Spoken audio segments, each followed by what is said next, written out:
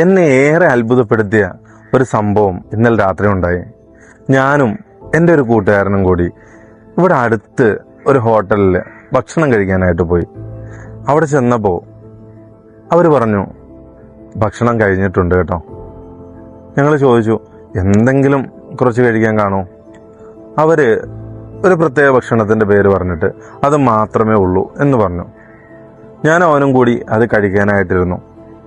ഏറെ ആഗ്രഹിച്ച് ഞങ്ങൾ ഒരുപാട് കൊതിച്ച് ആ ഹോട്ടലിലെ അവരുടെ തന്നെ ഒരു പ്രത്യേക ഭക്ഷണം കഴിക്കാൻ ആഗ്രഹിച്ചിട്ടാണ് ആ ഹോട്ടലിൽ കയറിയത്. ആ ഭക്ഷണം തീർന്നു എന്ന് അവർ ഞങ്ങളോട് പറഞ്ഞു. പക്ഷെ ഞങ്ങൾ നോക്കുമ്പോൾ ഒരു തളിക നിറയെ അതേ ഭക്ഷണം അവർ സുപ്രയിലേക്ക് കൊണ്ടുവെക്കുന്നു. ഞങ്ങൾ അത്ഭുതപ്പെട്ടു.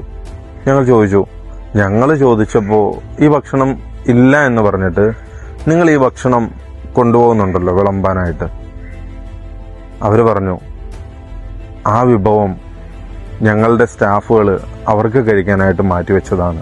ആലോചിച്ച് നോക്കണേ, ആയിരക്കണക്കിന് രൂപ അവർക്ക് പ്രതിഫലമായിട്ട് കിട്ടാവുന്ന ആ ഭക്ഷണം അവരുടെ കസ്റ്റമറിന് വിളമ്പാതെ അവരുടെ തൊഴിലാളികൾക്ക് കൊടുക്കാൻ കാണിച്ച ആ മനസ്സ്, കൂടെ നിൽക്കുന്നവരെ ചേർത്ത് പിടിക്കുമ്പോൾ നമ്മൾക്ക് കിട്ടുന്ന ഒരു സന്തോഷം, അവർക്ക് നമ്മളോടുണ്ടാകുന്ന അതിയായ സ്നേഹം, അതൊക്കെ പോരെ നമുക്ക് പണത്തിനേക്കാളും മേലെയായിട്ട്.